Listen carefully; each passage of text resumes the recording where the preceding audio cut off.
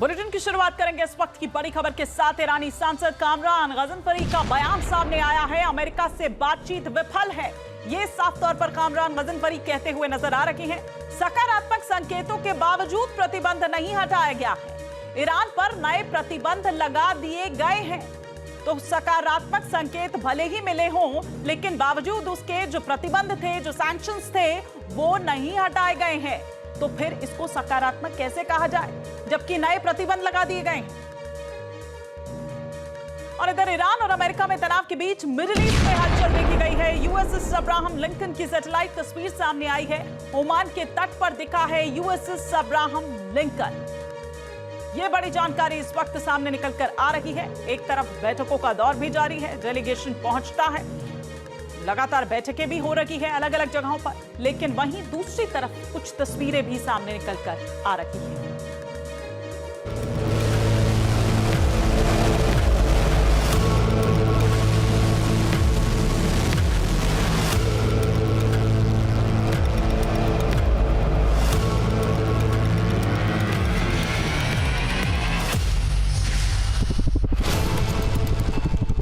Middle east में जंगी बेड़ा, America ने ईरान को घेरा।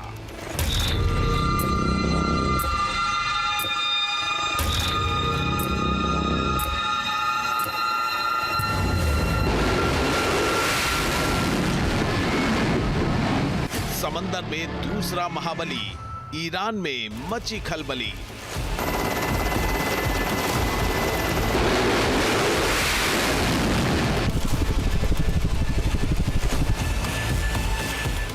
न जमीन न आसमान, कैसे बचेगा ईरान?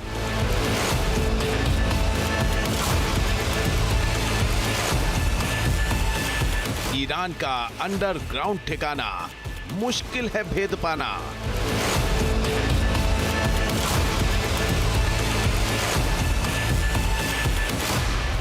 लगातार बरसेगा बारूद, महीनों चलेगा युद्ध।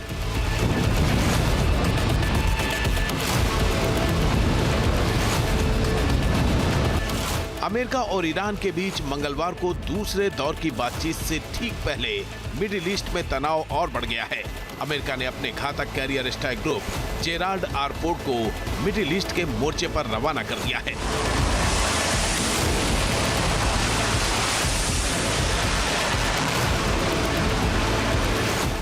अमेरिकी राष्ट्रपति ट्रंप ने ईरान को सीधे सीधे चेतावनी भी दे दी है।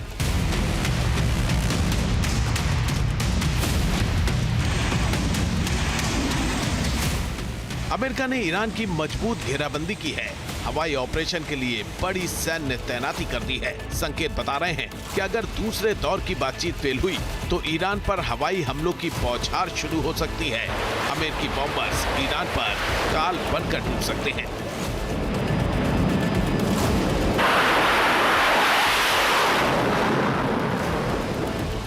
सवाल है कि क्या अमेरिका की एयर स्ट्राइक ईरान में खामनेई शासन को उखाड़ फेंकने में कामयाब होगी?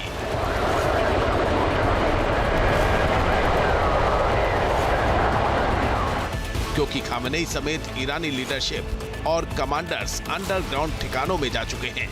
वो अंडरग्राउंड ठिकाने जो पिछले साल 12 दिन की जंग में भी अमेरिकी हमलों से सुरक्षित रहे थे। सवाल ये भी है कि क्या अमेरिका ग्राउंड ऑपरेशन भी करेगा? अगर हाँ, तो इसकी कितनी कीमत चुकानी पड़ सकती है? इन्हीं सवालों की करेंगे पड़ताल। आप बने रहिए न्यूज़ नेशन के साथ।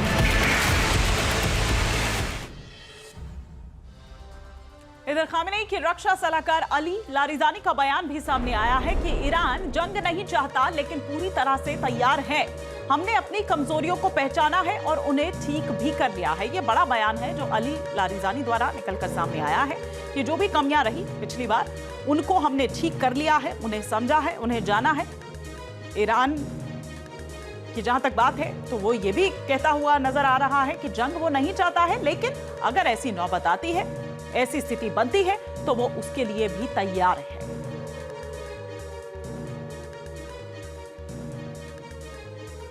जो अगली बड़ी खबर आ रही है वो ये कि न्यूक्लियर एनरिचमेंट वाली शर्त पर क्या बोल रहे हैं अली लारिजानी। पीसफुल न्यूक्लियर संवर्धन हमारा हक है। कैंसर पेशेंट के ट्रीटमेंट के लिए 20% संवर्धन जरूरी है। ये अली लारिजानी का कहना है। तो इस पर कोई भी बातचीत हो तो इस पर हमें बातचीत नहीं करनी है, ये साफ तौर पर वो कह चुके हैं। उन्होंने ये कहा कि पीसफुल न्यूक्लियर संवर्धन हमारा हक है। कैंसर पेशेंट के ट्रीटमेंट के लिए उन्हें 20% संवर्धन जरूरी है, ये अली लारिजानी का कहना है।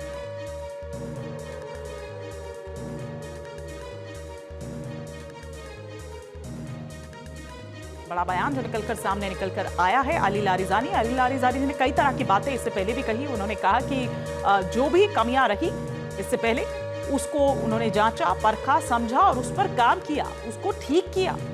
ईरान युद्ध नहीं चाहता है, लेकिन अगर ऐसी नौबत आती है तो उसके लिए तैयारी भी जरूरी है। साथ ही साथ वो इसके लिए भी कहते हैं कि न्यूक्लियर एनरिचमेंट वाली जो शर्त है, क्योंकि उस पर बार बार ये कहा जा रहा है टेबल पर बातचीत, उस पर हालांकि साफ तौर पर ईरान के द्वारा ये कह दिया गया हो कि उस पर किसी तरह की कोई बातचीत नहीं। अली लारिजानी का ये कहना है कि पीसफुल न्यूक्लियर संवर्धन जो है वो हमारा हक है। कैंसर पेशेंट के लिए भी, ट्रीटमेंट के लिए भी 20% संवर्धन जो है वो जरूरी है। ये बड़ा बयान जो सामने निकलकर आया है। और वहीं दूसरी दौर की वार्ता के लिए हालांकि जो ईरानी डेलीगेशन है वो जिनेवा पहुंचा हुआ है। कल क्या जिनेवा में रहता है वो भी यहां पर देखने वाली बात होगी। लेकिन अमेरिका ने ईरान के आगे कुछ शर्तें रखी है। ये अलग बात है कि वो शर्तें ईरान को मंजूर नहीं है। ईरान तो बल्कि ये भी कह रहा है कि क्या मतलब है उस सकारात्मक बातचीत का, अगर उस बातचीत के बाद भी उन पर और प्रतिबंध लगा दिए जाते हैं और जो पहले हैं भी उन्हें भी नहीं हटाया जाता है, तो फिर ऐसे में इस बातचीत का क्या मतलब रह जाता है। लेकिन अली लारिजानी द्वारा कई बड़े बयान भी सामने निकलकर आ रहे हैं न्यूक्लियर एनरिचमेंट वाली शर्त को लेकर भी। और 3 तस्वीरें इस वक्त देखिए हम आपको यहां पर दिखा रहे हैं कि किस तरह से जिनेवा में अब जो अहम बातचीत है वो होनी है। जो ईरानी डेलीगेशन है वो पहुंच चुका है। क्या कुछ निकलकर सामने आता है ये देखना यहां पर होगा। अमेरिका और ईरान में क्या डील होगी, क्योंकि ट्रंप जो कह रहे हैं वो बिल्कुल अलग है और ईरान की ओर से कह दिया गया है कि वो इस पर बिल्कुल भी बातचीत करेंगे ही नहीं। ईरान पर दबाव बढ़ाने के लिए अमेरिका लगातार लेकिन मिडिल ईस्ट में सैन्य तैनाती बढ़ा रहा है। खास तौर पर आसमान में अमेरिका ने तगड़ा चक्रव्यूह रच दिया है। फिलहाल ईरान के चारों तरफ अमेरिकी एयरफोर्स के घातक विमानों का पहरा दिखाई दे रहा है।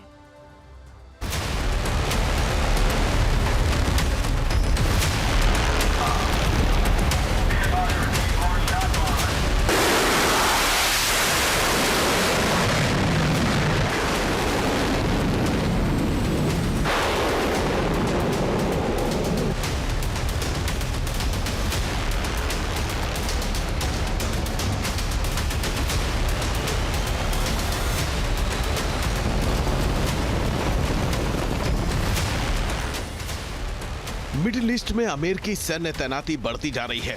अमेरिकी फाइटर जेट्स और बॉम्बर क्षेत्र में फर्राटा भर रहे हैं।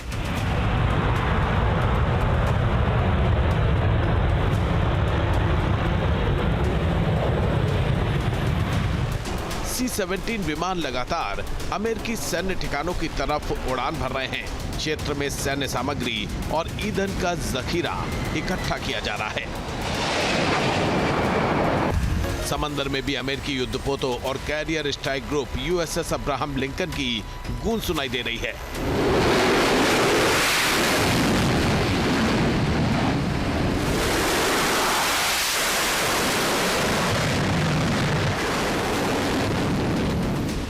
हालत यह है कि जनवरी के मध्य से अब तक दुनिया भर से कम 152 C-17 विमान क्षेत्र में आ चुके हैं। 12 F-35A और 6 EA-18G ग्रोवलर जॉर्डन पहुंच चुके हैं। इसी दौरान F-15 विमानों का एक रोटेशन भी हुआ है। यूरोपीय ठिकानों से F-16 और F-35 विमान भी इस अभियान में मदद कर सकते हैं। अमेरिकी B-2 और B-52 बॉम्बर भी ईरान की धड़कनें बढ़ा रहे हैं।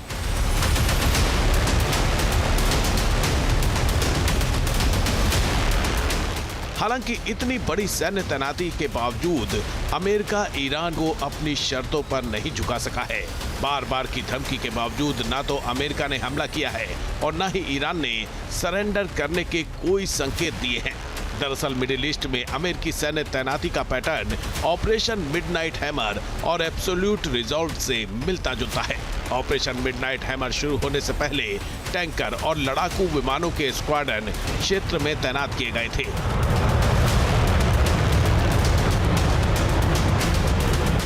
ऑपरेशन एब्सोल्यूट रिजॉल्व को अमली जामा पहनाने से पहले इस क्षेत्र में विशेष ऑपरेशनल विमानों की भारी तैनाती देखी गई थी।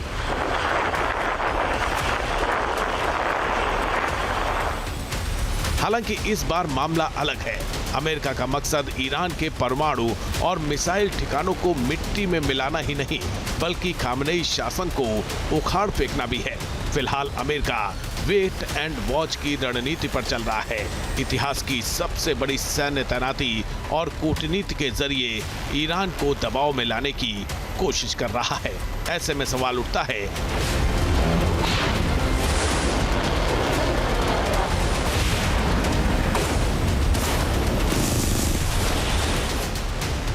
कि क्या सिर्फ सीमित स्ट्राइक से ईरान में सरकार नहीं बदली जा सकती? क्या इस बार अमेरिका को इतिहास की सबसे लंबी जंग लड़नी पड़ सकती है? और क्या खामनेई की सत्ता हिलाने के लिए और संसाधनों की जरूरत पड़ेगी?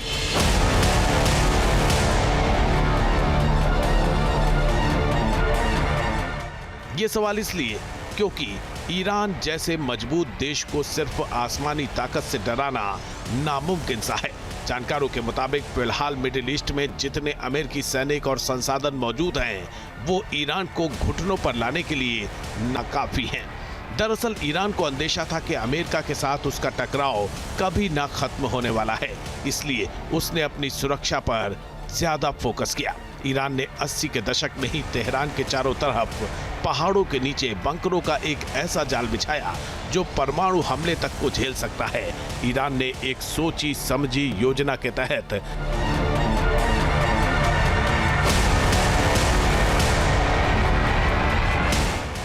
हमले की सूरत में लीडरशिप और सैन्य कमांडर्स को सुरक्षित रखने की रणनीति बनाई। तेहरान के चारों ओर परमाणु हमलों तक में सुरक्षित रहने वाले अंडरग्राउंड ठिकाने बनाए। अलग अलग हिस्सों में मौजूद इन गुप्त ठिकानों को एक दूसरे से अंडरग्राउंड रास्तों से जोड़ा गया।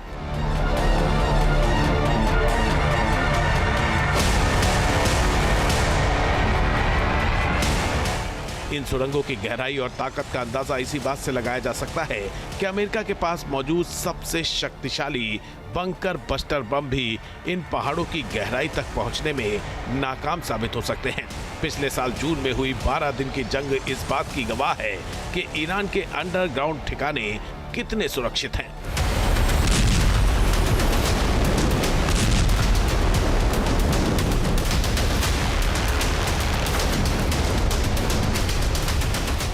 तब अमेरिका के घातक बमों की बारिश में भी ये ठिकाने सुरक्षित रहे थे। इसी कारण कहा जा रहा है कि ईरान के वरिष्ठ नेताओं को प्रभावी ढंग से खत्म करने के लिए अमेरिका को हवाई हमलों की कई लहर चलानी होगी। ये मिडनाइट हैमर जैसा एक बार का अभियान नहीं होगा, बल्कि संभवतः कई हफ्तों या महीनों तक चलेगा।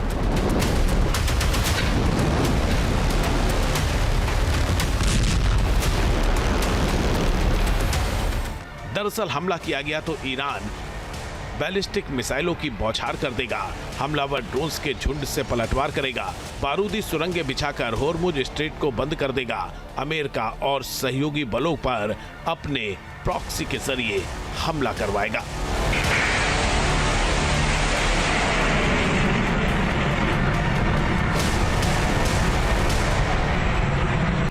अमेरिका के सामने ईरान में ग्राउंड ऑपरेशन चलाने का विकल्प भी है, हालांकि इसमें उसे भारी प्रतिरोध का सामना करना पड़ सकता है। ये एक ऐसा दलदल साबित हो सकता है जिसमें अमेरिका कई दिनों तक या महीनों तक फंस सकता है। दरअसल ईरान की सेना एसिमेट्रिक वॉरफेयर में माहिर है। वो सामने से लड़ने के बजाय अमेरिकी सेना को शहरों की गलियों और पहाड़ों की चोटियों पर उलझा देगी। ऐसे में अमेरिका को ईरान के खिलाफ लंबा ऑपरेशन चलाना पड़ सकता है। इसके लिए उसके पास मिडिल ईस्ट में मौजूद संसाधन अपर्याप्त साबित होंगे। इसी कारण अमेरिका बड़ी सैन्य तैनाती के बावजूद ईरान पर हमला करने से बच रहा है। वो तब तक इंतजार करेगा जब तक लंबे ऑपरेशन के लिए पर्याप्त संसाधन नहीं जुटा लिए जाते। अमेरिका की मुश्किल ये भी है कि ईरान में उसके पास कोई संगठित आंतरिक विपक्ष भी नहीं है जिसके साथ वो काम कर सके। ईरान के बड़े क्षेत्रफल और भौगोलिक बनावट के कारण वॉशिंगटन ग्राउंड ऑपरेशन करने से भी बच रहा है। ऐसी सूरत में अगर अमेरिका को ईरान में सत्ता परिवर्तन करना है तो उसे व्यापक और लगातार हवाई अभियान चलाने की योजना बनानी होगी।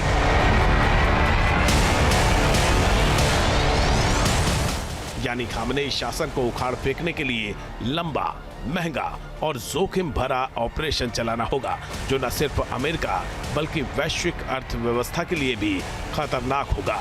शायद इसीलिए कूटनीतिक चालें चली जा रही हैं। ईरान पर चौतरफा दबाव बनाया जा रहा है ताकि जंग को टाला जा सके और सम्मानजनक समाधान निकाला जा सके।